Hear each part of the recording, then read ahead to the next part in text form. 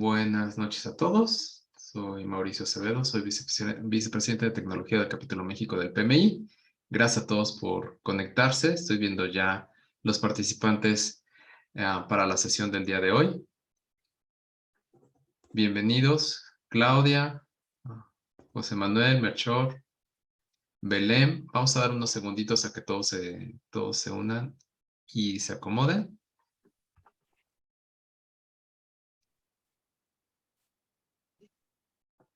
Muy bien. Esperamos que se encuentren muy bien. Gracias por sus reacciones, sus emoticons. Si me escuchan bien y pueden ver bien la pantalla, por favor, mándenme un like o una palomita para ver que nos podamos escuchar y ver bien. Y vamos a dar otro minutito nada más para que podamos empezar. Gracias, Madelia. Y nada, como estamos estrenando esta plataforma, como verán, es diferente a los otros Zooms que hemos tenido. No sé si me pueden mandar por ahí una pregunta de prueba para ver si la podemos ver y entonces ver cómo nos organizamos. Y mientras, yo tengo que activar la publicación, o más bien el streaming de esta sesión a la página de Facebook. Entonces, si me pueden ir mandando la pregunta de prueba, alguien que tenga una duda previo a...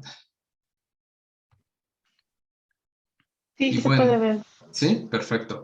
Voy a empezar el streaming en Facebook en unos segundos. Y bueno, nada más les recuerdo que siempre compartimos la grabación de las charlas y las pláticas y los webinars a la vuelta de contestar la encuesta de satisfacción que les estaremos enviando a sus correos terminando la sesión. Nos ayudan ustedes contestando la encuesta y a vuelta de correo les llega una liga con la plática que estaremos grabando. Que bueno, espero que sea de su agrado. Entonces, nada más, déjame un segundito para comenzar a poder hacer el streaming en la página del capítulo y voy a dar paso a que Arely Álvarez, nuestra coordinadora de la comunidad de mujeres del capítulo México del PMI, nos ayuda a presentar a nuestra ponente del día de hoy, a nuestra conversadora del día de hoy. Adelante, Arely, bienvenida. Adelante, Gracias. gracias por acompañarnos. Gracias, Mauricio. Bueno, antes que nada les quiero dar la bienvenida y agradecer la presencia de ustedes. Como bien lo dijo Mauricio, yo funjo actualmente como la líder de la comunidad y me gustaría mencionarles que esta comunidad funciona como una coordinación ampliada en donde se encuentra Grace, está Janet, Mari y Claudia Herrera, que por aquí nos andarán acompañando. Y bueno, en este contexto, la comunidad de mujeres se basa en 5 principales valores, que es la responsabilidad, el respeto, la equidad, honestidad y la diversidad, ¿no? Y en estos pilares tenemos un apoyo hacia la vida saludable, el desarrollo personal y profesional, la parte de educación, temas selectos, la parte de salud y bienestar. Y bueno, actualmente ahorita en este conversatorio que vamos a tener, nos va a acompañar la arquitecta María Chávez con el tema Abrazando nuestros espacios, una historia de vida. Y bueno, me gustaría comentarles que la arquitecta es una arquitecta urbanista con varios años de experiencia en el diseño de proyectos arquitectónicos, urbanos y paisajísticos. Es especialista en neuroarquitectura y nos ha ayudado a varios líderes a lograr un mayor enfoque y productividad transformando los espacios de trabajo. Actualmente cuenta con más de 35 prestaciones en ponencias, trabajos de diseño, pláticas, conferencias en diferentes foros nacionales e internacionales y actualmente es profesora de la maestría de dirección de obras del Centro Universitario Xochicalco en la unidad Ensenada, Tijuana. Bienvenida, María. Grace, no sé si quieres también darle la bienvenida. Gracias, Arely. Pues muy buenas tardes, noches a todos, sobre todo a la gente también que nos está acompañando desde Tijuana. Y bueno, pues María, es un placer tenerte aquí con nosotros, ¿no? Tienes una historia de vida que vamos a compartir con nuestras colegas, porque déjame decirte que esta comunidad nace principalmente de una comunidad de arquitectos que nos ha abrazado a muchas de las fundadoras de esta comunidad y tenemos un cariño muy especial por esta profesión. Arely es arquitecta, como te había comentado, así es que vamos a comenzar, María. Y bueno, pues María, ¿por qué, ¿por qué la arquitectura? ¿Por qué te decidiste a ser arquitecta y que vamos a ir hilando estos elementos en tu vida, ¿no? ¿Por qué la arquitectura? ¿Por qué esta conexión con los espacios? Bueno, buenas tardes o buenas noches para ustedes. Muchas gracias por la invitación y por compartir estos espacios con ustedes. Me da mucho gusto estar aquí, Grace. Yo me decidí por la arquitectura, había varios contextos, ¿no? Una de las cosas es que a mí me gustaba mucho dibujar desde que estaba niña, pero aparte dibujar como en tercera dimensión, o sea, como que darle volumen a las cosas. Y eso me llevaba a generar como casitas o espacios, ¿no? Y lo más chistoso es que cuando yo generaba eso, lo generaba dentro de la recámara y aparte lo generaba en un jardín que teníamos que era muy grande, pero siempre me preocupaba que todo lo de alrededor estuviera también bello, ¿verdad? Que fuera como armonioso. Me preocupaba mucho la armonía. Entonces, conforme uno va estudiando y se va cambiando, porque me fui cambiando de varias ciudades dentro del mismo estado, y tenía un papá que viajaba mucho y a mí me gustaba, me fascinaba ver todas las construcciones, ¿no? Sobre todo de la Ciudad de México, por ejemplo.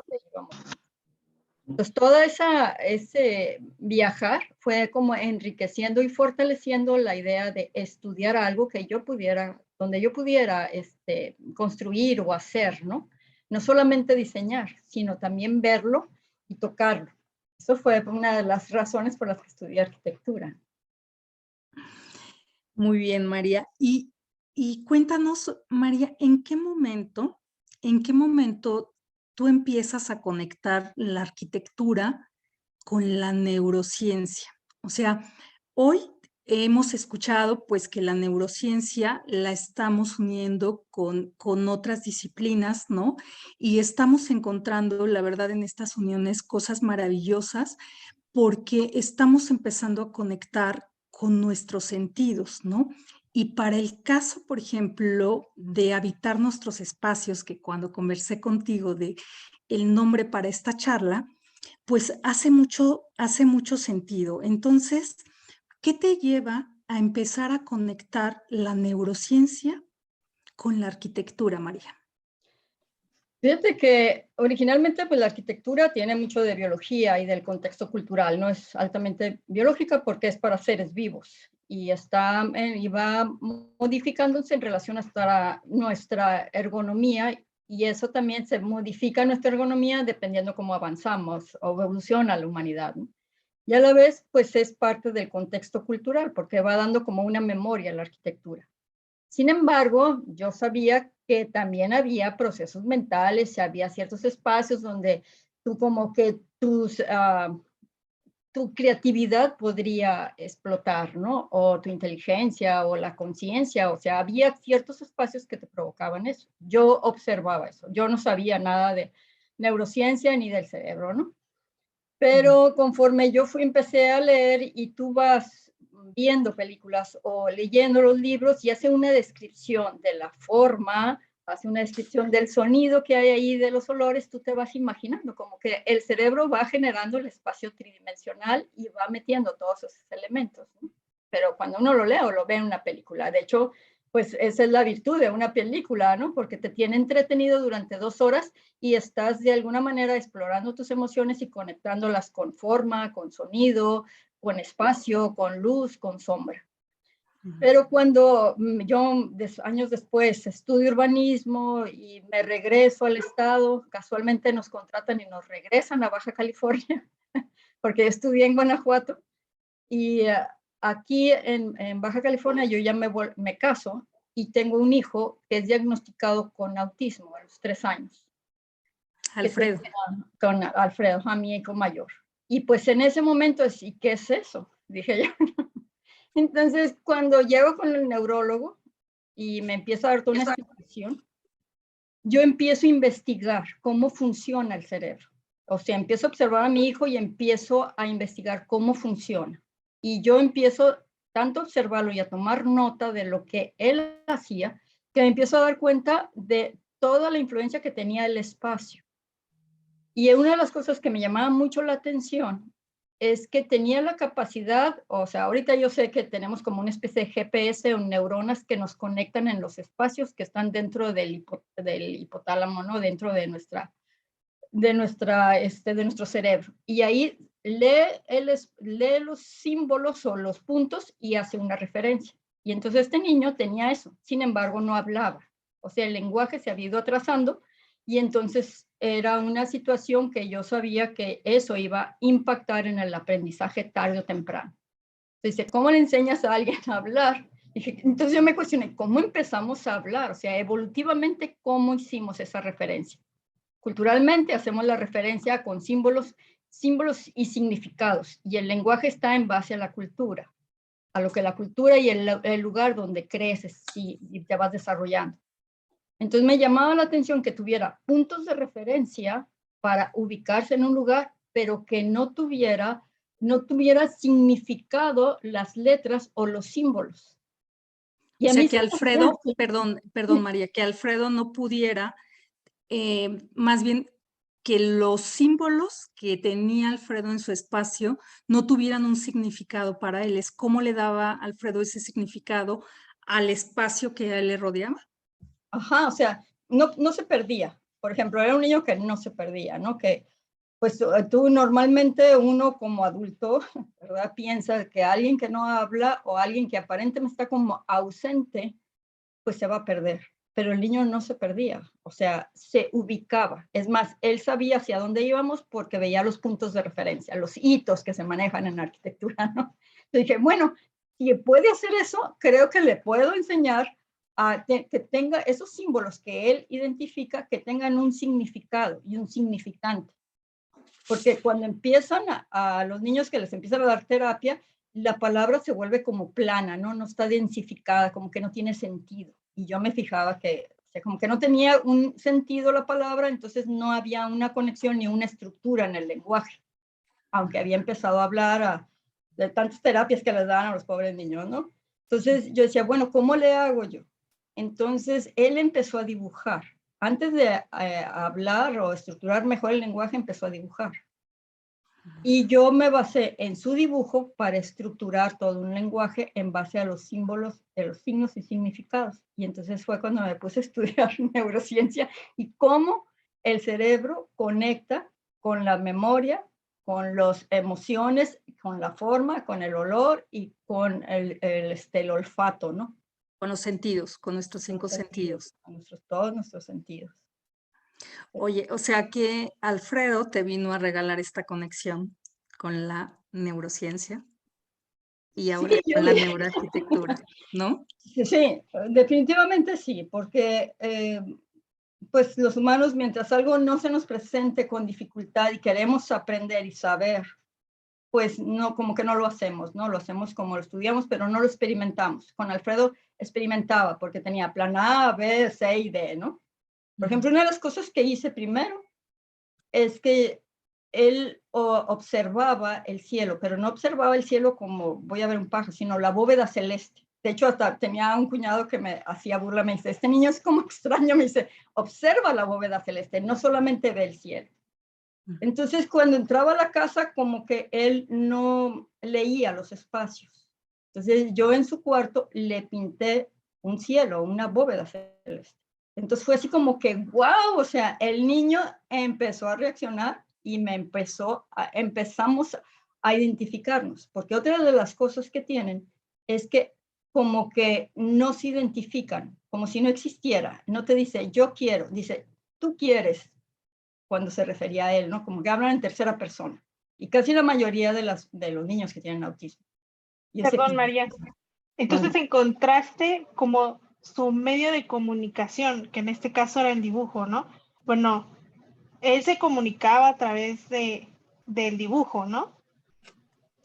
Sí, fíjate que los niños van aprendiendo y te van haciendo una serie de preguntas, ¿no? Pero este niño que no entendía el lenguaje, como que el lenguaje no hacía resonancia en él, usaba el dibujo. Entonces, pero él originalmente hacía como un trazo en el aire, me acuerdo que hacía un trazo. Y yo le decía al doctor, le dije, este niño dibuja. Ay, no, señora, ese es el aleteo que tienen la mayoría de las personas que tienen autismo. No, le dije, el trazo siempre es diferente. Como yo dibujaba, me daba cuenta. Me costó 3 años que empezara a hacer ese trazo que hacía como si delineara las cosas, pasarlo en papel. Me tardé como 3 años que me hiciera caso y que lo pasara en papel. Y empezó a hacer eso. Entonces, en lugar de hablar, hacía una serie de dibujos que narraban todo lo que él estaba viendo y cómo las conectaba. Entonces, a mí eso me ayudaba a tomar el dibujo y explicarle y decir, ah, ya sé qué quieres decir aquí. Y le ponía palabras. Entonces empezó a conectar el lenguaje. O sea, así empezamos a trabajar. O sea, tenemos cajas de dibujos y de cuentos que hacía de historias que él iba observando. Igual que un niño que te pregunte, que va aprendiendo, él era el dibujo. De hecho, sí, es artista plástico ahorita, ¿no? Pero todos esos años fue ese el medio de comunicación. Entonces, cuando yo ya no podía interpretar el dibujo, buscaba a alguien o leía las teorías de Piaget y cosas que sabía que en algún momento se habían estudiado. De hecho, yo hice un curso de neuroartes, de saber qué es el impacto que tiene el arte en el cerebro. Y entonces ese señor que era Luc Delanoy, yo lo contacté y me dio una serie de cosas que hicimos con Alfredo. Entonces fue avanzando cada vez más. Entonces todo eso tenía una relación directa con la neurociencia y cómo funcionaba el cerebro. Unas cosas no funcionaban. Bueno, vamos a hacer conexiones o redes neuronales que haga a través de otras partes, ¿no? A través del arte, a través de la pintura, a través del dibujo, a través de las formas. Así es como empecé a trabajar la neurociencia. Mira nada más, María. Y fíjate que nosotros aquí, como te comentaba, pues bueno, somos una comunidad de gerentes de proyectos y pues ya te imaginarás que el estrés pues es un elemento que hemos encontrado presente en nuestro día a día. Y de hecho esta comunidad, pues uno de nuestros temas, como lo comentó Areli, tenemos un pilar de salud y bienestar, ¿no? Y conectando con este pilar, María, me gustaría que nos comentaras cómo nuestros espacios nos impactan en nuestra salud física y en nuestra salud mental y cómo inclusive en nuestro estado emocional, ¿no? O sea, ¿por qué estos espacios es importante habitarlos? Y me gustaría aquí que comenzáramos con esa definición de qué es habitar y qué significa habitar un espacio y cuál es el primer espacio que nosotros habitamos como seres humanos, María. Fíjate, dentro de lo que es habitar, habitar es un término, si no me equivoco, alemán y significaba también construir, porque cuando nosotros vamos construyendo nuestros espacios, o sea, como el Alfredo va definiendo los puntos de referencia, construyo un espacio, pero a la vez el espacio me construye a mí, porque también me manda, o sea, es ir y venir. Entonces, cuando empezamos a hacer eso, me dice exactamente qué es habitarse. Sí, yo sé que puedo construir un espacio mentalmente, o sea, físicamente también, pero mentalmente también. Pero ¿cómo me habito? Entonces, es lo que se llama la cuaternidad. O sea, yo habito, estoy dentro de un cuerpo que está sobre una tierra y que esa misma tierra me sostiene. O sea, estoy parado, ¿verdad? Que es algo que te mencionaba que manejaba con Alfredo, ¿no? Que dibujaba como si estuviera volando. Cuando yo le expliqué lo de la línea de tierra, así como que, no me había dado cuenta que estaba parado sobre la tierra, ¿no? Pero a la vez que estamos parados sobre la tierra, estamos bajo un cielo. Y en ese cielo, pues de alguna manera yo veo las fases lunares, veo el recorrido del sol, veo la luz, veo el amanecer, el crepúsculo del día y también veo la oscuridad y de alguna manera la claridad de la noche. Cuando yo me soy consciente que estoy parado sobre la tierra, me doy cuenta que es una extensión pues de agua, riscos y vegetación. Cuando soy consciente de eso, la cuido porque ella me sostiene. Y cuando me doy cuenta que estoy bajo un cielo, los cielos tienen una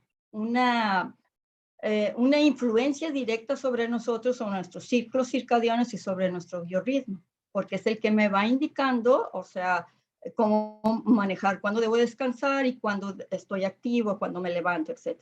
Pero a la vez, en esas dos, yo tengo mis propias creencias. Y mis propias creencias están en relación a, que son un conjunto de ideas en relación a la parte evolutiva que tenemos, a mi cultura y a mis creencias familiares. Y yo determino. O sea, esos son como mis bases mientras yo soy un niño y yo después determino en lo que creo. Y por otro lado, tengo a mis congéneres, los mortales, porque todos vamos a morir, entonces son mortales. Y pertenezco a una tribu que tiene de alguna manera pues el mismo lenguaje, costumbres y creencias. Pertenezco a un clan que son una serie de familias que tienen un linaje, ¿no? Y a una familia. Entonces, cuando yo soy consciente de que todo eso soy yo, o sea, en el cuerpo ni siquiera necesito todavía un espacio, sino mi propio cuerpo involucra esa cuaternidad, entonces me habito y soy consciente para habitar en la tierra, ¿no? Entonces dice, bueno, pero este es un concepto, pues te digo, así como de todas las tribus, muy viejo, ¿no? Que ahora Sí. nosotros lo hemos perdido o andamos como medios desorientados porque no estábamos conscientes de alguna manera de eso. Bueno, cuando Alfredo, por ejemplo, yo tuve que regresarme a este concepto para hacerlo consciente de que él tenía un cuerpo. Y ese cuerpo era lo que le daba la dimensión dentro del espacio y que ocupaba un lugar en el espacio y que por lo tanto tenía que ser respetado ese lugar. Pero que el único que lo podía defender era él. Es decir, Entonces, le ayudaste a que pudiera ser consciente de su propio espacio que habitaba en su cuerpo. Y sí, de ahí partir. sí, y lo chistoso es que cuando se da cuenta de eso, deja de hablar en tercera persona y empieza a hablar en primera persona. Entonces yo me quedé así como, les damos un montón de terapia a los niños porque pensamos que con eso los vamos a nivelar académicamente y resulta que el niño ni siquiera se daba cuenta que habitaba un cuerpo, que estaba sobre la tierra y que estaba bajo un cielo y que tenía creencias. Sin embargo, él podía tener creencias propias y que vivía con una serie de congéneres que tenía una relación y que eso le ayudaba a mantener una comunicación. O sea, ahí fue cuando empezó a tener sentido el lenguaje. Fíjate lo que no es no saber, ¿no? Cuando él se dio cuenta de que estaba parado, y yo me acuerdo muy bien porque como yo daba clases de dibujo, le daba clases de dibujo a él y armé un taller que se llamaba Taller de Arte Índigo, y todos los niños tenían alguna situación de aprendizaje. Cuando yo les expliqué que me llamaba mucho la atención que siempre el monito estaba como volando, nunca había que estaba parado sobre algo. Cuando yo les expliqué que había una línea de tierra, que había una línea de horizonte, se les abrió, me acuerdo de la expresión de ellos así como que guau, dije, Dios mío, nunca se habían dado cuenta que estaban parados sobre la tierra. Entonces, claro que todo empezó a tener como un orden y un sentido. Y empezaron a hacerse, pues de alguna manera dueños del espacio y darse cuenta que cuando caminaban, ellos construían el espacio en relación a las referencias que ellos mismos ponían y que querían, y que a la vez el espacio les mandaba un mensaje de qué actividad se realizaba ahí. Porque originalmente yo le leía los espacios, mira, vamos a llegar aquí, va a suceder estas actividades, como que estaba desconectado lo que tenemos nosotros evolutivamente conectado. Si yo llego a un templo, automáticamente yo guardo silencio, me recojo, hago una introspección bajo la voz, tú lo tienes codificado, pero ellos pareciera que esa memoria se hubiera borrado. Entonces, cuando yo le empecé a leer los espacios, claro que llegan a un salón de clases y no saben exactamente cuál es la dinámica, entonces empieza a ser como el niño que está fuera del lugar, que no presta atención, pero en realidad no les leen los espacios. Cuando yo se lo leía, esta es la dinámica aquí, le decía. Y lo primero lo llevaba y le enseñaba el espacio. Y él lo dimensionaba físicamente, no como lo hacemos nosotros. Todos nosotros llegamos a un lugar y lo dimensionamos a través de la vista y calculamos. Ellos no. Como que esa parte tienen que aprenderla. Pero ahí, bueno, tú lo apoyabas porque eres arquitecta, digo. O sea, ese apoyo que tienes hacia tu hijo, porque como arquitectos dimensionamos ese espacio. O sea, somos un poco más sensibles en que cuando llegamos a un lugar sabemos que ese espacio tiene color, tiene aroma, tiene altura, tiene profundidad. Y bueno, me gusta cómo se lo planteaste a tu hijo, ¿no? Cómo se lo comunicaste a tu hijo, ¿no? Esa sensibilidad que tienes por ser arquitecta. Sí, pero quizá a la hora de tú leer tanta información que hay ahora sobre neurociencia y sobre el cerebro, cómo funciona, que son, pues, ya son investigaciones muy fáciles de digerir. Yo creo que es una información que todos deberíamos entender porque eso se vuelve como un puente para la calidad de vida que queremos. O sea, ¿qué calidad de vida yo quiero para no estar tan estresado? A veces ni siquiera se da cuenta la gente que está estresada. A eso iba, María. A esa conexión de la que tú hablas, porque si bien es cierto, Arely dice, bueno, ustedes como arquitectas, pues obviamente nos llevan mucha ventaja para las que no somos arquitectas, ¿no? Pero, por ejemplo, para esta comunidad que hay arquitectas y que hay otras profesiones, María, ¿cuáles serían esas recomendaciones para nosotros crear esos puentes con estos espacios que inclusive a veces no habitamos? Y a mí me encantó una conversación en la que comentabas que este tema que vivimos de la pandemia inclusive nos permitió ver que no conocíamos los espacios que nosotros estábamos habitando. ¿Qué nos puedes hablar al respecto, Ay María, de cómo identificar que no estamos habitando el espacio y que no estoy percibiendo con esos sentidos, con mis sentidos, no estoy percibiendo el espacio que estoy habitando y por lo tanto no estoy conectando con la vida, María? Desde que a raíz de la pandemia, pues ya ves que todo el mundo empezó a estar como incómodo en su espacio. Pero porque la pregunta era, ¿por qué vas a estar incómodo en un espacio que tú elegiste? No, pues es que yo nada más iba a ir a dormir. Pero es que tu vida no nada más se trata de ir a dormir o a descansar. Se trata de que vives las 24 horas del día, ¿no? Estés dormido, estés despierto. Y si yo construyo el espacio me construye a mí. Si tú elegiste un espacio donde solamente querías ir a dormir, no te está aportando nada.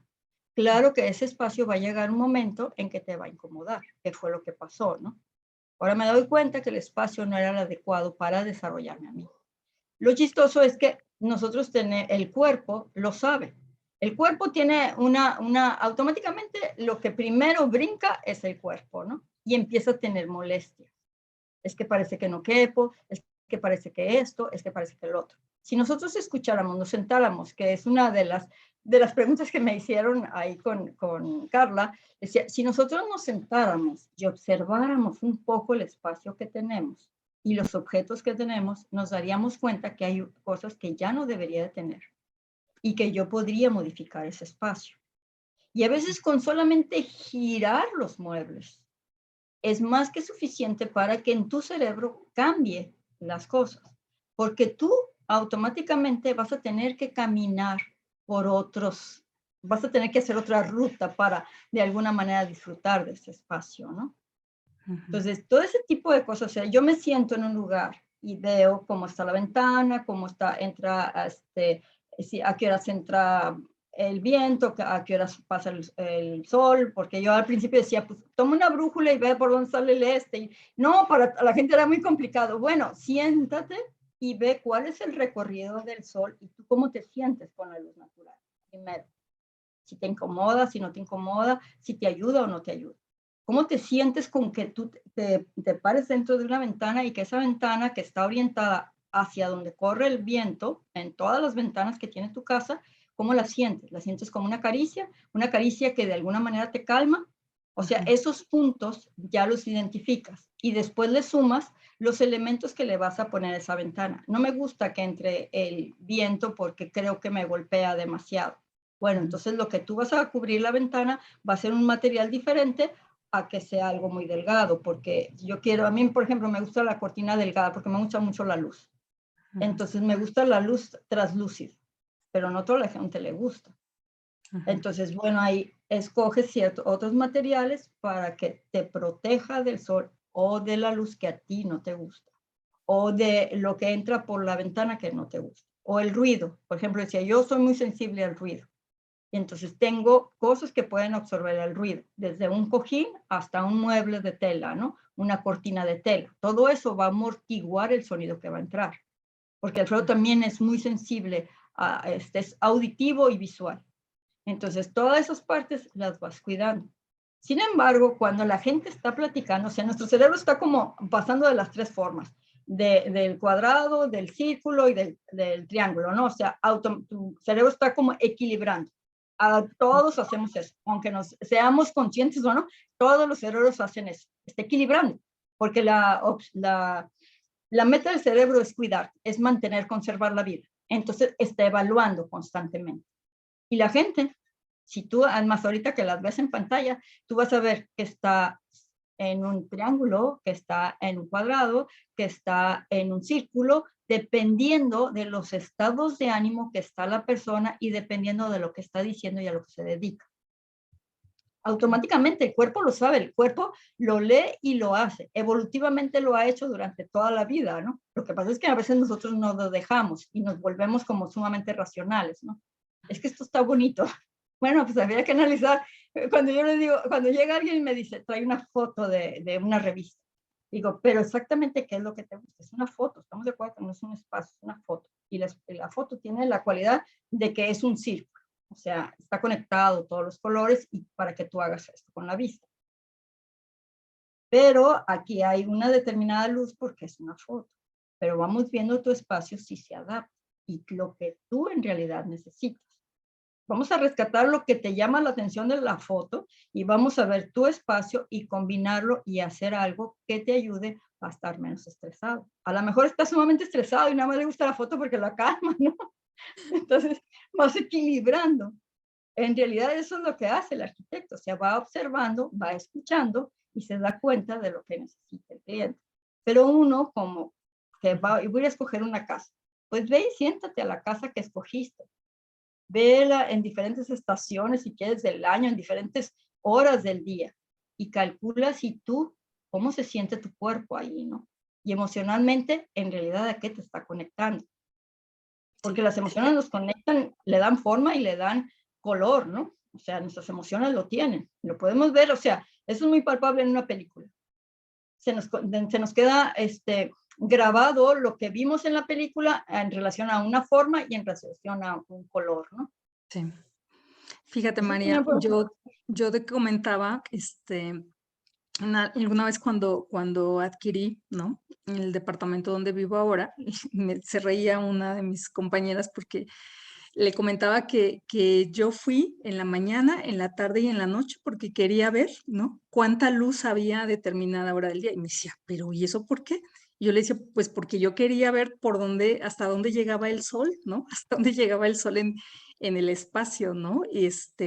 Y también recuerdo que en una casa que renté, casi una de las razones era por lo que yo veía por la ventana, ¿no? Entonces, tú acabas de decir algo muy importante, ¿qué emociones o con qué nos conecta, ¿no? Con qué nos conecta lo que vemos por la ventana, ¿no? La luz que nos entra, por la ventana, ¿no? Y me gustaría aquí, María, que pudieras darnos, no sé, algunos, pues no sé si consejos, llamarlo consejos, pero 3 cosas que podríamos hacer independientemente si somos arquitectos o no, ¿no? Que podríamos empezar para darle una mirada, ¿no? Al espacio que tenemos y un par de cosas, María, para hacernos consciente del espacio que estamos habitando.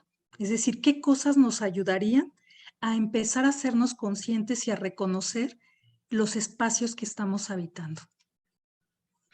Fíjate que yo he trabajado últimamente con 2 personas que estaban pasando por una situación de depresión. O sea, la tristeza se había convertido ya en una depresión. Entonces, cuando me habla para ayudarle o que fuera una herramienta el entorno para la terapia que le estaban dando, me manda las fotos y una de las primeras cosas fue poner orden. Cuando tú le das orden, hay un orden también que le mandas al cerebro. Eso casi todo el mundo lo sabemos, ¿no? O sea, debe de haber un orden. No tienes que tener la cama nada más porque sí, sino porque estás estableciendo un orden y eso le da como un respiro al cerebro. Es increíble, pero así es. Y hace una conexión. Y la otra es sentarme a curiosear y a filosofar sobre los objetos que tengo. Puede ser que tenga muchos objetos que me están mandando una serie de mensajes que ni siquiera soy yo consciente, de patrones de comportamiento que yo tengo y que quiero quitar. Entonces, esos objetos habría que quitarlos o moverlos del lugar. Eso es algo que nosotros podemos hacer y decir, yo tengo, y después pasa mucho en las casas, ¿no? Tienes un jarrón que tiene, no sé, 20 años ahí contigo, ¿no? Y le dices, bueno, ¿y por qué tienes ese jarrón que tiene 20 años contigo? Es que si mi abuelita y que no sé qué, bueno, pues imagínate toda la memoria que tú tienes y que la estás pasando acá al hipocampo y te ayuda. ¿O fue toda una historia triste y desgarradora la que vivió tu abuelo? O sea, a lo mejor es tiempo de que le quites el sentimiento y te deshagas de ella, ¿no? Entonces, como que va descansando, porque pareciera que nosotros vamos guardando una serie de archivos, también emocionalmente hablando, en relación a objetos y en relación a los colores, ¿no?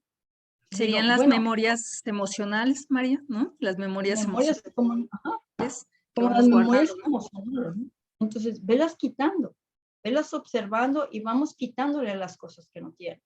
La otra cosa que le ayuda mucho al cerebro son las plantas, la vegetación. El tú tener una ventana que ves hacia el exterior, no sabes cómo te ayuda. Pero aparte, que también eso es lo que pasó en pandemia, cuando nosotros viajábamos del lugar de donde vivimos hacia el trabajo, nosotros íbamos observando o el ojo va captando todo el exterior. Y todo se va modificando. Hablando de naturaleza, los árboles van creciendo, van cambiando dependiendo de la estación, se van, no sé, las flores van haciendo y tú lo vas captando. Y para eso es un alimento para tu cerebro, para la condición evolutiva que tenemos y nuestra relación directa que tenemos con esa cuaternidad, que es la tierra y el cielo, ¿no? Entonces a mí me conecta, me ayuda. Si yo no lo veo, estoy sumamente estresado porque soy un ser vivo que pertenece a un ecosistema. Entonces, todo ese tipo de cosas, a ver, y casualmente la mayoría de la gente que he trabajado que está en una depresión no tienen plantas, ¿sí? Dije, bueno, hay que poner plantas, pero es que no las cuido. Yo sé que no las vas a cuidar, pero te voy a dar una lista de plantas que aunque tengan muy mala mano, van a crecer. Y también los elementos de agua, ¿no? Como los espejos de agua, las pequeñas bailarinas que a veces se ponen como elemento arquitectónico, ¿no? También nos ayuda. Fíjate que no a todas las personas con depresión le ayuda, ni a todos los chicos con autismo le ayuda.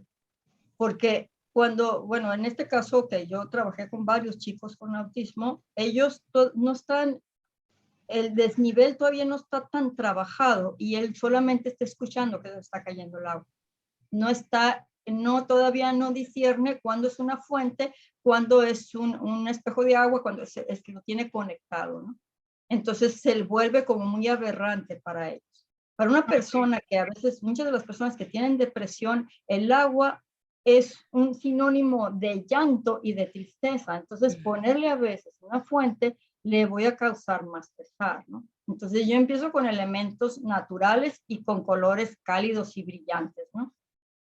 Y poco, no crees que se llena, sino unos ciertos toques para que él visualmente haga el recorrido y le dé como un shot en el cerebro, ¿no? Como un impulso en el cerebro para que él pueda, de alguna manera, sea una herramienta para que él mejore en relación a la depresión y al tratamiento que tiene. O sea, solamente así como el entorno. Entonces, todo ese tipo de cosas que parecen tan pequeñas, no sabes cómo le ayudan al cerebro. Ni siquiera tienes que pagar mucho. El girar los muebles, ponerlos de una manera que sea circular, que dejen de estar, por ejemplo, en triángulo o en un espacio que haga como un cuadrado, que nosotros lo hacemos, automáticamente lo hacemos todos los humanos, el cerebro cambia las rutas hacia otras conexiones neuronales, lo que le llaman pues la neuroplasticidad se genera así, ¿no? O sea, yo así se la generé a Alfredo, ¿no? O sea, tienes que generar otra vamos a hacer otros ejercicios, vamos a hacer otras cosas. Bueno, el caso es que ahorita, por ejemplo, te decía, habla 2 idiomas, es artista plástico, trabaja, cuando en realidad el diagnóstico era de un niño que no esperara nada de él. Ese fue el diagnóstico del médico, ¿no? Entonces, Imagínate, ¿no? O sea, sí. imagínate todo lo que ha logrado Alfredo, ¿no? Como dices, hablar 2 idiomas, ahora presenta su propia arte, ¿no? O sea, tiene su propio trabajo. Vamos, o sea, ha hecho muchísimo. María, ahorita que tú comentabas esta parte de las emociones, ¿no? Esa importancia de saber el significado que tienen las cosas para nosotros, ¿no? Y que ahora que he estado metida en todo este tema de educación emocional, ¿no? Y platicábamos el otro día y para comentarle a nuestra audiencia, ¿por qué esa importancia de ver lo que significa? Y en este espacio, tú nos acabas de decir, ¿qué significa lo que yo tengo en mis espacios para mí, ¿no? Hablando, por ejemplo, del agua, decías, bueno, si el agua representa, ¿no? Representa lágrimas, representa llanto o representa sufrimiento, pues obviamente esa persona, ¿no?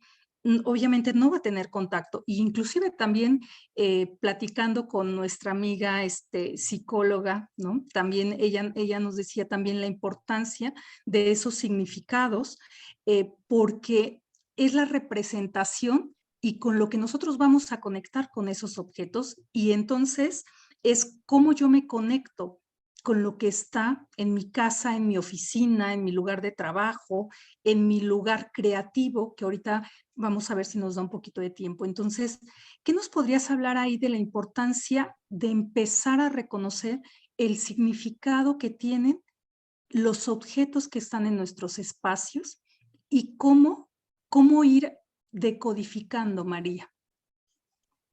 Fíjate que nosotros cuando compramos objetos porque tienen un significado, o a menos de que estés en una situación de compra compulsiva y lo compres, ¿no? Sin embargo, sigue teniendo un significado. Entonces nosotros automáticamente cuando hacemos eso le cargo como cierta parte mía, ¿no? Cierta memoria mía. Pero si yo evolucioné, yo que siempre he dicho, bueno, si evolucionamos y cambiamos nuestra ergonomía porque cambiamos de edad, porque estamos en otras circunstancias, ya conforme va pasando el tiempo, porque seguimos teniendo los mismos objetos. En una persona con Alzheimer, que mi mamá tenía demencia senil, pues moverle los objetos era terrible porque era moverle la memoria. Y lo que queríamos es que recobrara un poco de memoria, porque si no se iba a perder más. Pero una persona sana, porque sigues conectado a tantas memorias y no tienes espacio para experiencias nuevas, ¿no? O sea, esa es la parte que nosotros le damos. Pero cada cultura, por ejemplo, nosotros mexicanos, tenemos una serie de simbolismos y significados y significantes así como increíble. Y tú entras a una casa y está llena de objetos. Es más, la mayoría de las casas tienen el vestido de novia de la abuelita. Y entonces cuando viene toda esta parte del minimalismo, dije, ¿cómo crees que le vas a meter a alguien que tiene hasta guardado el vestido de novia, el ropón de bautizo, o sea, todo eso? Imagínate el significado y todo el significante que tiene para ti. No lo vas a tirar nunca. Pero sin embargo, también te ata a lo mejor a una serie de memorias que tú ya perdonaste, que tú ya no quieres en tu vida porque necesitas hacer otros nuevos espacios y porque necesitas cambiar de patrones. Entonces, el observar lo que tenemos en nuestra casa y por qué lo tenemos, a mí me parece sano. O sea, sano y quedarme con lo que considero que todavía me falta trabajar o lo que considero que todavía me da me suma, no me resta. Sí, o te da una identidad, ¿no? También, ¿no? Ajá. Y que reconoces que formas, que sigues formando parte de esa identidad, ¿no? Sí, también. Sin embargo, si tú te habitas, la identidad está dentro de ti, no en el objeto, ¿eh? Exactamente. O sea, nosotros tenemos patrimonios de la humanidad y patrimonios culturales donde nos identifican como mexicanos o nos identifican como humanos, ¿verdad? Y todo el mundo los visita, ¿no? Entonces, ya los tenemos afuera, están en nuestro entorno. ¿Todavía los necesitas en tu casa? Sería Sí. la pregunta, ¿no? Sí. Sí, a lo mejor sí, un niño los necesita a veces. En una persona que está sumamente deprimida lo necesita. Por ejemplo, cuando se empezó a hablar de los colores y dice, es que le ponen género al color porque le ponen rosa al femenino y eso. Sí, es cierto. A lo mejor en un niño debería trabajarlo, pero si la madre no lo ha trabajado y la madre está deprimida, por supuesto que no le voy a cambiar los colores porque son sus patrones de que le pueden ayudar a salir. Ya después que ella salga de depresión y esté más estable, bueno, hablaremos de los patrones de color que tiene y que si los quiere cambiar para que su hijo tenga otro concepto de patrones de color. Pero no se los puedes cambiar nada más porque sí, ¿verdad? O porque la situación está, o el contexto político, cultural te está diciendo que has utilizado malos patrones del color. Pues depende a quién, ¿no? Sí. Y depende de dónde. O sea, esa es la parte que tenemos que trabajar, ¿no? Sí. Oye, María. Filosofar. Sí. Oye, y esta parte de cómo conectamos los espacios con nuestra creatividad, ¿no? Y tú en el caso, por ejemplo, con Alfredo, ¿no? Que definitivamente ha hecho una manifestación grandiosa de su creatividad.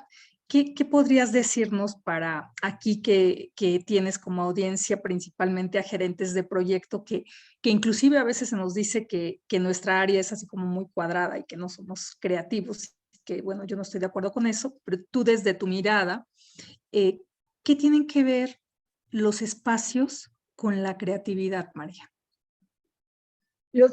Cuando alguien requiere de mucha concentración, ¿no? Por ejemplo, vas a trabajar tu parte frontal y estás sumamente concentrado, por ejemplo, en un quirófano. El techo obviamente lo voy a bajar porque a ella le da una sensación de que está más sobre un punto, ¿no? Pero si voy a trabajar con alguien que es sumamente creativo, que tiene ideas, el espacio que necesita mi cerebro es como una altura mayor. O sea, eso automáticamente el cerebro lo hace, ¿no? De hecho, pues hay una serie de estudios donde que en el momento en que sale un científico que no puede resolver algo a un espacio abierto, automáticamente su cerebro cambia la dinámica y conecta o soluciona lo que tiene que solucionar, ¿no? O sea, eso ya está hasta de alguna manera medido. Sí, entonces, comprobada, ¿no? cuando hablamos de altura, pero las dimensiones las damos nosotros. O sea, si yo veo que él es sumamente creativo, pues necesita espacios abiertos. Necesita el color azul, fíjate que le da como un chispazo al cerebro y te ayuda de alguna manera a resolver situaciones. El azul, estamos hablando del azul del cielo. Yo en ese momento que le pinté la bóveda celeste no lo sabía y yo se la pinté porque yo veía que observaba mucho el cielo. Se le llamaba mucho la atención los cambios el recorrido del sol. Sin embargo, no manejaba horarios porque ellos son atemporales, o sea, no tienen el concepto del tiempo y son literales. Y la palabra no está densificada. Entonces, enseñarle eso fue como romperme la cabeza, pero le dije, bueno, si manejas, no manejas las horas porque no tienen sentido para ti, pero sí manejas el recorrido del sol. Entonces, a ciertas horas hace unos ruidos que aunque uno no esté consciente, si te levantas en la mañana, por ejemplo, los mexicanos, pasa mucho en esto en nuestra cultura. Cuando van a desayunar, es la mañana, se oye el ruido de las ollas y el olor y todo. Y tú conectas exactamente que es hora de desayunar y que es hora de levantarse. Entonces, todos esos aspectos yo los rescaté y se los aplicaba. al grado que él los hace, él los repite, porque él cocina, él ya es totalmente independiente, ¿no? Entonces él cocina, se levanta y hace todos esos mismos ruidos, fíjate. No, tardó mucho tiempo en adecuar o manejar las horas, porque no tenía sentido para él el tiempo, pero sin embargo se conectó con otros sonidos y con otras actividades y con el sol para que pudiera manejar las horas. Entonces, cuando estamos hablando de creatividad, no es que alguien que maneja proyectos sea cuadrado, es que tiene un orden. Y el orden no necesariamente tiene que ser cuadrado, ¿no? El orden, bueno, si una persona maneja el orden porque tiene que haber un seguimiento, así como una línea de producción, por ejemplo, este sistema que tiene Toyada, pues no me digas que es solamente lineal, sino hay todo un proceso donde está involucrada la persona y él va haciendo como un proceso de, pues, en relación de introspección de la persona, porque se va cuestionando, se hace parte del proyecto, cómo conoce los objetivos, o sea, toda esa parte es como circular, ¿no? No es lineal, es circular. Y casi la mayoría que maneja proyecto tiene muy clara esa idea. A lo mejor le hace falta simplemente manejar el otro tipo de elementos en una presentación, ¿no? Más onduladas, menos cuadradas, para que entienda que el proyecto es circular, no es solamente lineal, ¿no? Y más ahora, en estos tiempos. No sé si con eso... No, claro que sí, María.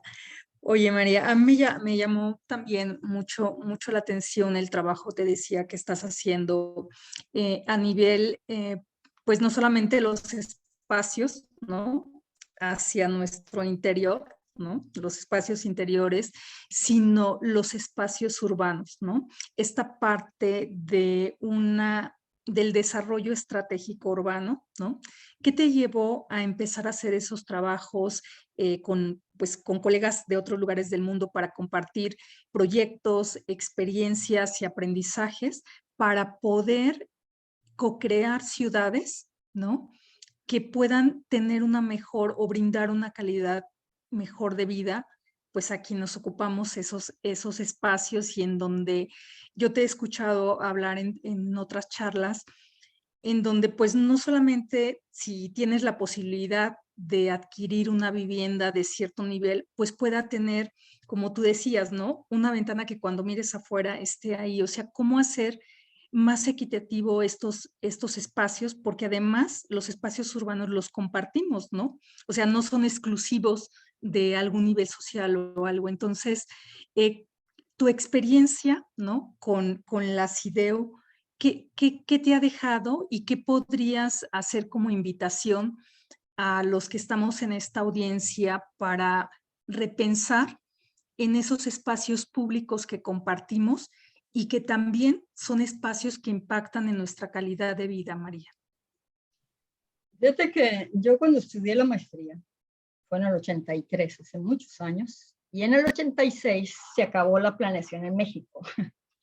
Y yo me acuerdo muy bien porque estábamos saliendo nosotros de la maestría. Se dejaron de hacer planes de desarrollo, así como se estaban haciendo.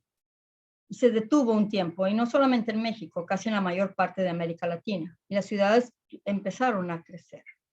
Muchos años después de que fui muchos años independiente y después la universidad me jaló y armamos lo que era la Escuela de Arquitectura o darle seguimiento a la Escuela de Arquitectura en Tijuana, ¿no? Que no existía por parte de la Universidad Autónoma. Y ahí yo me di la tarea cuando revisé el programa, de que había que hacer proyecto urbano. En esta ciudad que yo vivo, que es Tijuana, pues tiene un crecimiento exponencial, como muchas de las zonas metropolitanas de nuestro país. Sin embargo, no se ha sensibilizado la población que no solamente es quien te tiene que poner la infraestructura, sino cómo la cuidas tú y cómo la sostienes y cómo la mantienes en tu propio beneficio, no deja tú en los demás, en tu propio beneficio. O sea, la calidad de aire que te da un jardín no se compara a que tú tengas cemento, ¿no? O sea, nadie te la va a dar. Entonces, cuando estás sensibilizado y te haces consciente de eso, pues cuidas la planta, cuidas el árbol, te preocupas porque crezca algo ahí en las áreas comunes, aunque tú no sean tuyas. Que de hecho nosotros, Perdón, es como aprender a leer también nuestra ciudad, ¿no, María? Ujú. Es O sea, aprender a leerla. Fíjate, también, para un sí, con discapacidad es terrible las ciudades en nuestro país, ¿eh? Porque no puede leerlos. Los letreros están arriba, están abajo, sí, están a un lado, a veces no están, a veces demasiada no llegan. contaminación visual. Sí, es terrible. Para Alfredo muchos años era terrible, ¿eh? Ay, nosotros hicimos un ejercicio con él, urbano, porque él yo vivo en una frontera, entonces cruzando la frontera está California. California es un estado de Estados Unidos muy bonito, muy, muy caro y muy bonito. Entonces él decía, yo no quiero vivir aquí, yo quiero vivir en el otro lado. Entonces toda la niñez fue así, ¿no? Le dije, hijo, yo no tengo la culpa que cuando todavía no existías, no hubieras aprendido geografía y tu GPS lo conectaste mal y quedaste unos kilómetros atrás. Le dije, lo siento, lo malo de no saber geografía, porque aparte no le gustaba la escuela. Entonces un día yo estaba muy frustrado y precisamente con Luc Delanoy dice, vamos a traer un plan. Y para enseñarle que dentro del orden, dentro del desorden siempre hay un orden. Entonces tomamos un plano de la ciudad y lo sacamos, y lo vimos, y lo vio, ¿no? Porque esta ciudad tiene como traza de plato roto, ¿no? Como muchas de nuestras ciudades. Y entonces cuando lo vio, hizo clic en el cerebro y dijo, ok, o sea que dentro del desorden que aparentemente hay visual, dentro del desorden que hay, que yo veo, que yo percibo, porque no es una retícula, resulta que hay un orden. Ese día dejó de estar tan angustiado por irse a otro país, ¿no? Simplemente de ver el plan, se ubicó en el espacio y se dio cuenta. Pero digo, bueno, pero ahora hay que trabajar la ciudad, hay que trabajar las áreas verdes porque tienen un beneficio sobre nosotros. Y entonces esa parte del urbanismo yo la empecé a trabajar con alumnos. Y fue cuando conectamos con con CIDEU, que pues es un centro de desarrollo iberoamericano. O sea, toda América Latina, ellos de alguna manera le dan herramientas para que mejore y hay foros de exposición de proyectos. Claro que el proyecto debe de cumplir ciertos requisitos, ¿no? O sea, cómo se sensibilizó a la comunidad, se sensibilizó al alumno, de alguna manera estaba metida la parte educativa, la sociedad y la parte educativa. Y todos se sumaban. De hecho, muchos proyectos de esos, algunos llegaron a concretarse y a realizarse, pero no todos, porque hay que darle, aparte, o sea, tú lo entregas, pero hay que darle un seguimiento por parte del mismo municipio, ¿no? Y le dábamos hasta los lineamientos para que pudiera bajar el recurso, porque en este centro iberoamericano te enseñan a cómo medir todo el impacto que tiene ese proyecto para que pueda bajar recursos de manera internacional. Es como un aval, ¿no? Se puede. Sí. De hecho, aquí se hizo uno de esos de agua de reuso. ¿Ahí en Tijuana, Entonces, María? aquí en Tijuana, ajá. Sí. O sea, según el agua de reuso, nosotros tenemos problemas de agua. Y entonces hay una planta aquí, o la comisión, tiene la planta y la convierte esa agua, pues le quita los coliformes y de alguna manera es agua de reuso. Entonces esa misma agua, regar una serie de jardines, iba a ahorrar el 70% de agua dulce, de lo que ya gastaba la unidad o lo que gastaban ahí para regar simplemente los jardines, ¿no? Entonces es un ahorro, pues, económicamente, y generar el área verde que tan preocupados estaban porque gastaba demasiada agua y eso impactaba de alguna manera, de manera internacional, porque estaba muy pegado a la frontera, toda esa área. Pues no solamente en nuestro espacio aéreo, sino también en ellos, ¿no?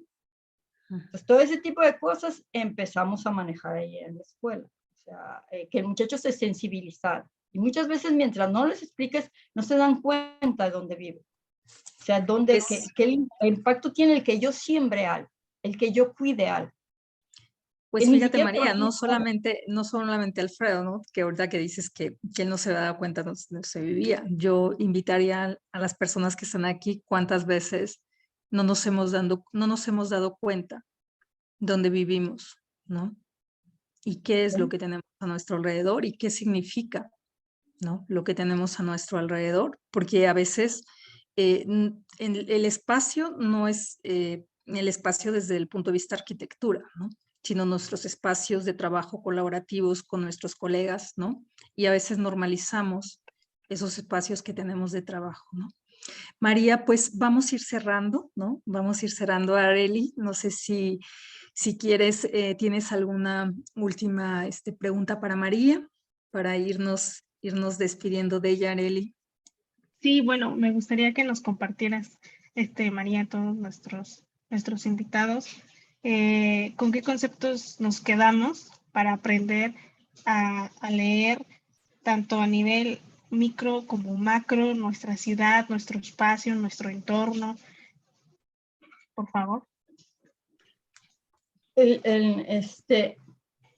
Mira, yo siempre digo, nuestro país es un país con mucha riqueza, con mucha cultura y con mucha riqueza. Hay un sincretismo.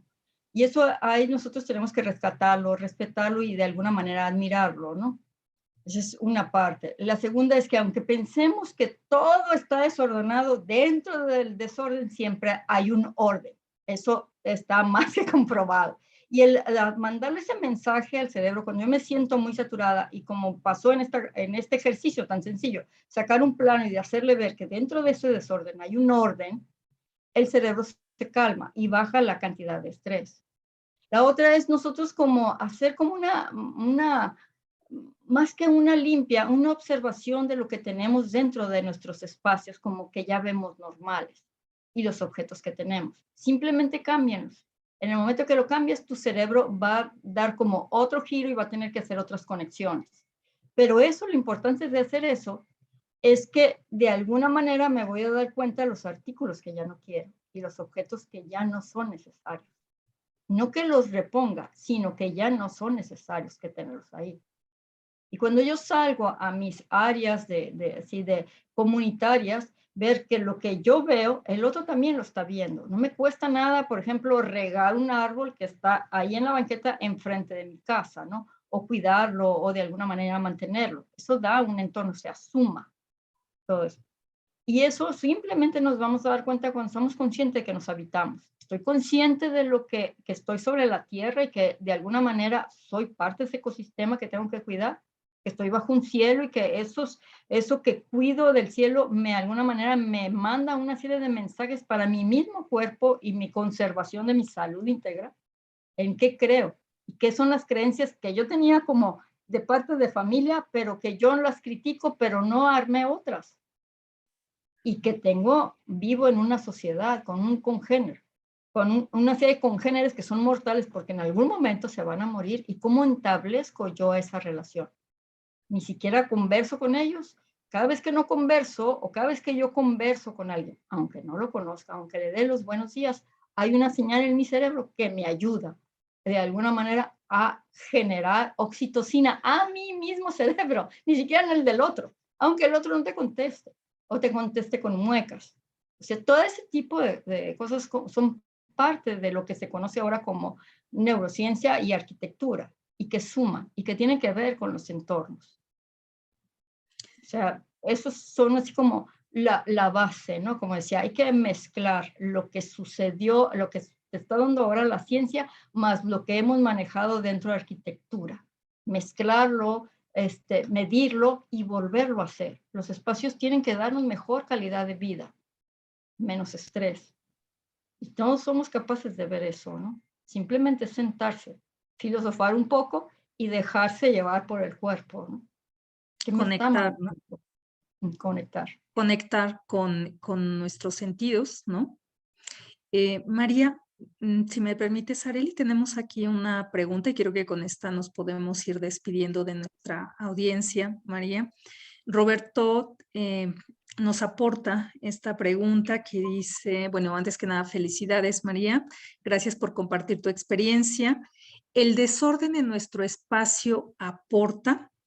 ¿Y cómo podríamos aprovechar, si es que se puede aprovechar, María, desde tu mirada, algo cuando tenemos desorden? ¿Sí se puede aprovechar algo del desorden o realmente el desorden nos viene, si estamos en conciencia, a recordar que hay algo de orden que necesitamos poner, ¿no? Sí, yo siempre he dicho que dentro del desorden hay un orden, porque en realidad hay diferentes tipos de desorden, ¿no? Porque eso también ya me lo habían preguntado. Dice, cuando alguien que tiene una diferencia, ¿verdad? Que era una duda que tenían muchas de las mamás con hijos con autismo, es que saca todo. No, es que se saca todo, vamos a ver cómo saca las cosas. Puede ser que estén en orden. Y él de alguna manera las visualiza y está conceptualizando, cosa que no hace normal o no lo hace como una persona normal, entre comillas, ¿no? Ese es un tipo de orden dentro del desorden que está percibiendo otra persona. Pero si yo mismo ya estoy percibiendo un total desorden, es que algo está sucediendo en mi cerebro y algo me está mandando ahí que ponga orden o que me deshaga de ciertas cosas. O sea, hay como que la mirada sobre quién, porque estoy mirando a otro y yo lo veo como un desorden, pero resulta que cuando hablo con él me doy cuenta que ese desorden tiene un orden y tiene un sentido y un significado para él, o yo llego a mi cuarto y es un desorden y qué desastre esto. ¿Qué mensaje yo mismo me estoy mandando? Que necesito deshacerme de una serie de cosas, que necesito ya poner orden porque voy a cambiar mis actividades. Por ejemplo, ahora que con la pandemia, aparentemente las casas eran como caóticas, pero no, simplemente porque teníamos que cambiar patrones de conducta. Entonces estábamos sacando todos para volver a ordenar. Entonces, ¿bajo qué situación está ese desorden, no? Bueno, pues creo que este tema del orden nos va a dar para otra charla, María, que ya aquí tenemos algunas otras preguntas que, Arely, no sé si las podemos guardar, por favor, y a lo mejor, María, las compartimos, ¿no? Inclusive las compartimos ahí por las redes, tanto del capítulo como de tu página, ¿no? Como un regalo, ¿no? Estas preguntas, Ariel, tú nos dices ahí cuando ya las hayas tomado, ¿no? Y María, ¿con qué te gustaría irte despidiendo de algún mensaje para nuestra comunidad? Esta comunidad es la comunidad de mujeres en dirección de proyectos, ¿no? Estamos transversalmente en diferentes industrias, diferentes disciplinas, diferentes edades y como decíamos, el objetivo es impulsar el liderazgo de la mujer colaborativamente de la mano de nuestros colegas, ¿no? Porque tenemos también hombres aquí y creemos que es muy importante, ¿no? Trabajar de la mano, ¿no? Sin embargo, pues impulsamos porque pues como tú bien sabes, todavía nos sigue costando trabajo poder, ¿qué podría decirte, no? Llegar a esos lugares en donde podríamos impactar tal vez más, ¿no? Con todo lo maravilloso que hacemos, ¿no? Tú eres una mujer extraordinaria, no solamente profesionalmente, ¿no? Tu currícula es extraordinaria, sino por tu calidad humana y por lo que tú has aportado a tu lugar, al lugar donde vives, ¿no? A Tijuana, a esa ciudad que amas y que le has entregado tu profesión, María. ¿Qué le podrías decir a esta comunidad de mujeres que juntas estamos buscando avanzar, ¿no? Para entregar nuestro talento, pues, al mundo en nuestras diferentes áreas, ¿no?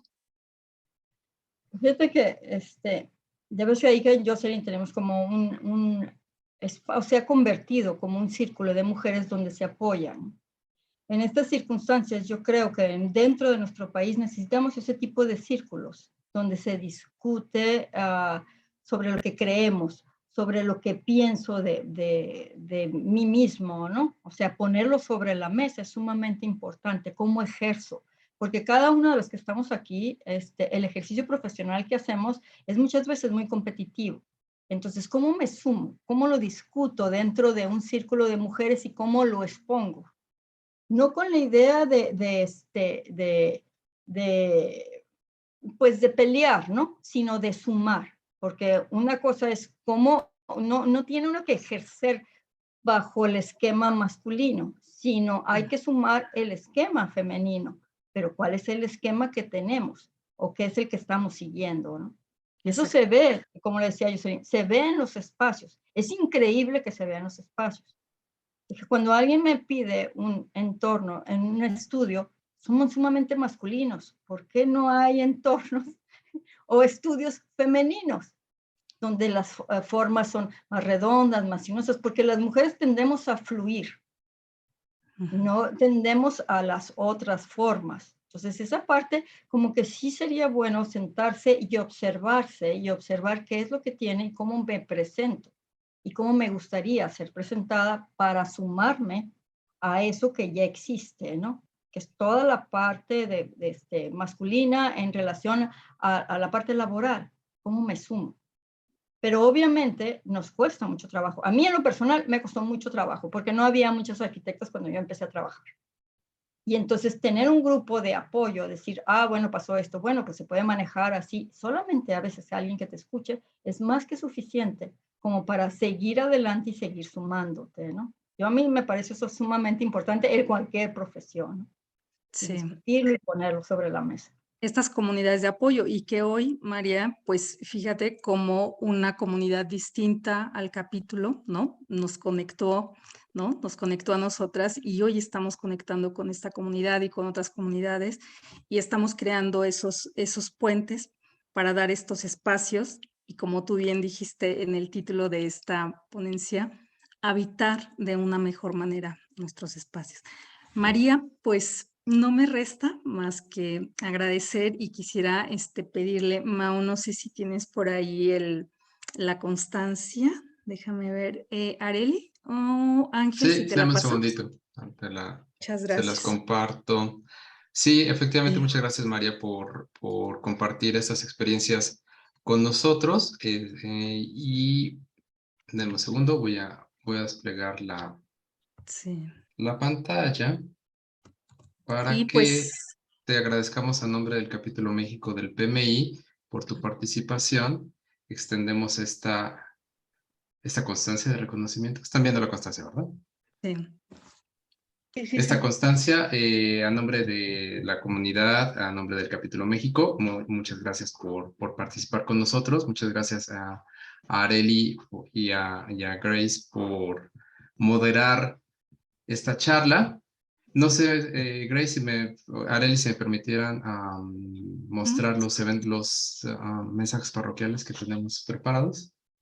Sí, adelante, Mau. María, esperamos Gracias. que no sea la última vez. Muchísimas gracias a nuestra audiencia, muchísimas gracias por acompañarnos. Gracias a ustedes por la invitación. Fue un placer estar aquí con ustedes. Un Gracias. Encantados, abrazo, María, María, muchas hasta gracias. Tijuana. Gracias. Pues muy bien, avisos parroquiales, muchachos. No olviden de visitar la página pmi-mexico.org, que es donde estamos publicando todos nuestros eventos. El 29, el próximo jueves, tenemos el evento de la comunidad de BDO. Entonces, ahí pueden encontrar la liga para registrarse. Estamos también promocionando la revista Proyectando México. La revista está en su número 3. Y también lo pueden encontrar en la página, entonces pues échenle un ojo y si quieren participar con nosotros, tienen un artículo de interés, estamos buscando siempre contenido, por favor refiéranse a al correo revista@pmi-mexico.org. Personalmente vemos las solicitudes y claro que le damos cabida a su contenido, entonces pues aprovechen esas tareas que tienen de la maestría ahí, que quieren publicar un poco o alguna ponencia o algún tipo de material que quieran compartir con nosotros, adelante, lo estamos esperando. Y bueno, lo pueden ir viendo también en nuestra página de issue.com/PMI-México. Tenemos el PM Tour 2022, que va a ser del 13 al 15 de octubre. Acuérdense, va a ser nuestro primer evento híbrido. Van a ser los 2 primeros días de manera remota y el sábado, el 15 de octubre, será de manera presencial. Creo que ya estamos en condiciones de poderlo lograr, entonces pues los invitamos a que nos veamos otra vez cara a cara como solíamos hacerlo durante mucho tiempo en el capítulo, entonces aprovechen, los precios están también en la página. ¿Qué vamos a hablar? Nuevas tecnologías, marcos de trabajo, desarrollo profesional e impacto social. Creo que es una muy buena oportunidad para que nos veamos otra vez, como les estoy diciendo. No se olviden de las comunidades. Una de estas comunidades es la comunidad de mujeres que encabeza Areli y Grace. Están los temas de mentoría para las certificaciones y bueno, y cualquier tema de voluntariado también acérquense con nosotros, por favor. Entonces, pues básicamente son esos los mensajes, los avisos parroquiales. Les agradezco mucho que hayan entrado a esta sesión. Les recuerdo que estaremos distribuyendo la grabación de esta sesión a la vuelta de que nos ayuden a contestar la encuesta de satisfacción. Y bueno, ahí estará publicada en una liga de YouTube para que puedan volver a visitarla. María, encantado de conocerte, interesantísima plática. Esperamos, como dice Grace, que no sea la última vez. Grace, Arely, muchas gracias. Y pues bueno, en nombre del capítulo México del PMI, les agradezco su tiempo, su paciencia estos 15 minutos extra. Y bueno, que pasen una bonita noche. Estamos en comunicación. Gracias a todos. Gracias.